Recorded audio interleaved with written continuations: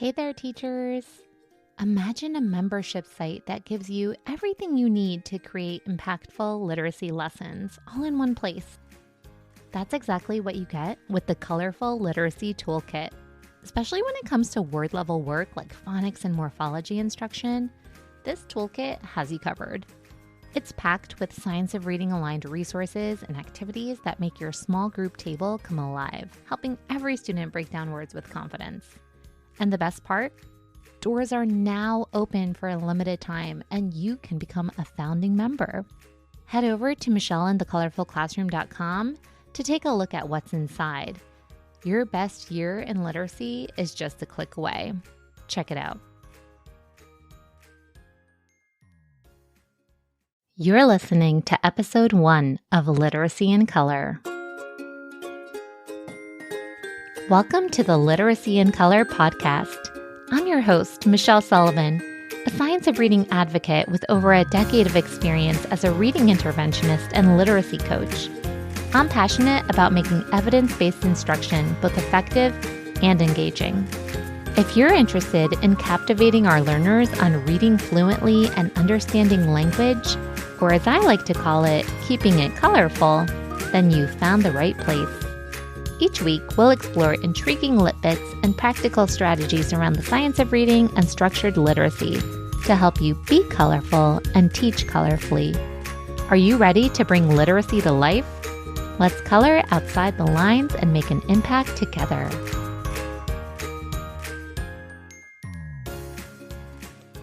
Hello, hello. Wow, I can't believe this moment is finally here. Welcome to the very first episode of Literacy in Color. Honestly, it feels surreal to be saying that. This podcast has been a dream of mine for about 2 years, and here we are making it happen. And a huge shout out to my good friend Sarah Marie from the Stellar Teacher Company for planting the seed and giving me the nudge to take this leap into podcasting. And get this, what makes today even more special? This episode is launching on my birthday. I'm officially stepping into 37, and while birthdays in your 30s can sometimes feel a little more routine, I mean, mom brain does make me forget my age every now and then. But today feels different, and it feels like a moment to honor purpose and passion. And there is something powerful about celebrating the day you entered into the world, and I truly believe each of us is here for a purpose. And that's exactly how I want to start this journey, by reminding ourselves that we're here for a reason. And if you're tuning in, chances are you're an educator and you're passionate about making a difference in your role. And you have the unique opportunity to change lives, your students' lives, their families' lives, and even your own life. When teaching feels overwhelming or the work feels thankless, always remember that bigger picture, the why behind what you do. And my purpose? In a nutshell, I want to be a mover and shaker in helping end the literacy crisis. But the nitty-gritty version, I want to help elementary teachers feel like word-level masters in using words, understanding words, teaching words, and so on, so that ultimately they could show up confidently in their classrooms and make the biggest impact possible. Because when teachers feel empowered, students thrive. So today, I want to dive into why phonics, morphology, and vocabulary matter so much in our classrooms. These aren't just isolated concepts, they're interconnected pieces of the literacy puzzle. And when we bring them together, we give our students the best chance at success. I'm a self-proclaimed word nerd, fascinated by language. Whether it's phonics, morphology, or vocabulary, I love diving into the intricacies of how words work. Because I believe deeply that knowing a word, really knowing it, opens up a world of understanding. And sharing that knowledge with educators is like a ripple effect. When you, as the educator, understand how words work and how to teach them, you're not just giving students skills, you're giving them confidence and understanding. And when we do that, we're not just teaching literacy, we're making a greater impact. So that being said, in today's inaugural episode, we're rolling out the red carpet for all my fellow logophiles, literally lovers of words. So if you consider yourself a word nerd, or you want to become one, you're in the right place. We're going to dig in why phonics, morphology, and vocabulary are essential components of literacy instruction, and more importantly, why they should be taught in an integrated way. So you might be thinking, of course, Michelle, I know phonics, morphology, and vocabulary matter. I'm doing all the things. But let's talk about it. The first thing I want to do is define our terms. And since I'm a big word nerd, I like to use morphology to really understand these concepts. So let's start with phonics. It comes from the Greek root phon, meaning sound, and the suffix ic, meaning having to do with sound. So essentially, phonics is about that relationship between sounds and the symbols or the letters that represent them. So for example, in phonics, you learn the grapheme IGH represents the long I sound, like in light. It's all about connecting the written symbols or the graphemes with their corresponding speech sounds or their phonemes. Next up, morphology, my favorite. We have the Greek morph, meaning form or shape, and then logy, meaning the study of. So morphology is the study of meaningful units or morphemes within a language, as well as how these units are combined to create words. For instance, take the word unhappiness.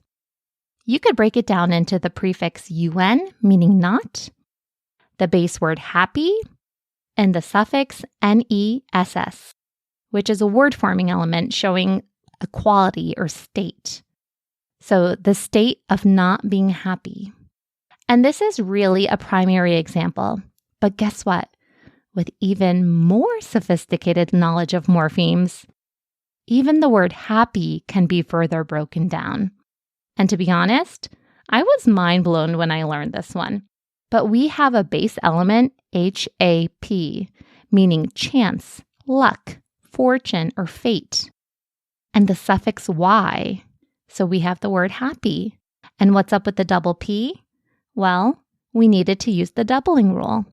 So we see that base element, HAP, in other words like happen, haphazard, or even mishap. That's cool, right? Or is it just me? I think it's pretty cool. Finally, let's break down vocabulary. This term comes from the Latin vocabulum, which in turn comes from vocare, meaning to name or to call. It's the same root in words like vocal, vocation, or even invoke. Think, what do we call things? Vocabulary encompasses all the words we know and use in the world. Everything from simple everyday words to more complex academic language. We're using vocabulary to call things things. So while phonics, morphology, and vocabulary focus on different aspects of language, they do share one critical focus: word-level work. So what do some of our SOAR models have to say about these three aspects of literacy? When we look at the big five, those 5 pillars of literacy that the National Reading Panel identified should be at the core of effective literacy instruction, we have phonemic awareness, phonics, fluency, vocabulary, and comprehension. So check. Phonics and vocabulary are some of those main stars of the show here. And if we consider the simple view of reading and Scarborough's reading rope, phonics would fall under word recognition, while vocabulary supports language comprehension, both essential for reading comprehension, skilled reading. But here's the question: where does morphology fit in? This is where the active view of reading offers an even more nuanced perspective. It introduces morphological awareness as one of the bridging processes. It overlaps between word recognition and language comprehension. And even prior to the release of the active view, I'd always say that morphology lives in both camps, on both sides of the rope. It aids in word recognition with more efficient decoding, and it strengthens language comprehension by targeting a deeper understanding of word parts, which ultimately builds vocabulary and even syntactic awareness. And as well-versed teachers, despite seeing these terms all the time and kind of understanding what they mean, what implications does this have on our instruction? So one of the flaws I've noticed with the Big Five is that many people believe these 5 core elements are their own isolated components within a literacy block, when in reality, there should be an interweaving. They should be interconnected. So if your instruction feels disjointed, or perhaps you feel like you're teaching in disconnected silos, I want to give you 3 reasons why you should be a logophile and truly love the interconnection between the teaching of phonics, morphology, and vocabulary. So reason number 1 is that teaching students to decode words is not enough. If I had a dime for every time I heard someone equate the science of reading with just phonics, I feel like I'd be swimming in change. Does anyone remember DuckTales when they do that? Or am I just dating myself? Phonics and foundational skills in general are getting a lot of attention, and rightfully so, because hey, that's something that our nation's children collectively are struggling with. However, here's where the misinterpretation lies. Some people think that once students can decode words, our work is done. But decoding is only one part of the reading puzzle. While phonics teaches students to break words into sounds and recognize patterns, decoding is just the beginning. If students stop there, they'll miss out on understanding why words mean what they mean and how they're connected to the other words. Morphology, understanding how words are built, takes decoding even further by helping students grasp meaning. And vocabulary ensures that students don't just read the word, but know it deeply, understand its context, and can apply it in their reading and their speaking. So in short, decoding gives students access to words, but morphology and vocabulary open the door to understanding language in all of its complexity. So this trio doesn't just teach students to read, it teaches them to know and love words, making reading richer and comprehension stronger. Reason number 2 you should be a logophile. Comprehension begins at the word level. Every sentence, paragraph, text is made up of individual words. If students can't read and understand individual words, it's going to be impossible for them to comprehend sentences, paragraphs, and larger texts. If the purpose of reading is to construct meaning, how good are decoding skills if we don't understand what we're reading? Deep word knowledge doesn't just help students read, it fuels reading comprehension at every level. Okay, word nerds, reason number 3 is that word knowledge is multifaceted. If you want to get philosophical here, what does it mean to know a word? It's not as simple as, yeah, I know that word, or no, I don't think I know that word, because we need to think more deeply about word knowledge is. If you have phonics knowledge, you can literally decode a word. But is that enough? Do you know that word? How about vocabulary knowledge, though? Do you know what it means in isolation? In context? What about multiple meanings? Can you just identify the word's meaning, or can you use and apply it as well? Let's take a simple CVC word, L-A-P. We can read the word as lap, right? Plain and simple. Sure, you could decode it. Maybe your meaning processor right away thinks of a baby sitting on her mommy's lap, or maybe running a lap around the park. But this is a multiple meaning word. Consider a less common use. The dog may lap up water, or the cat laps up milk. Now let's incorporate morphology. She ran laps around the park, multiple laps. Or the cat lapped it up, triggering that it happened in the past. How about figurative language? I don't live in the lap of luxury. So many words in our language have multiple meanings. Think of phonics, vocabulary, and morphology as different lenses through which students understand words. Phonics teaches you the sound-symbol relationships. Morphology helps students see the meaningful parts within words. And vocabulary expands on the meaning of those words.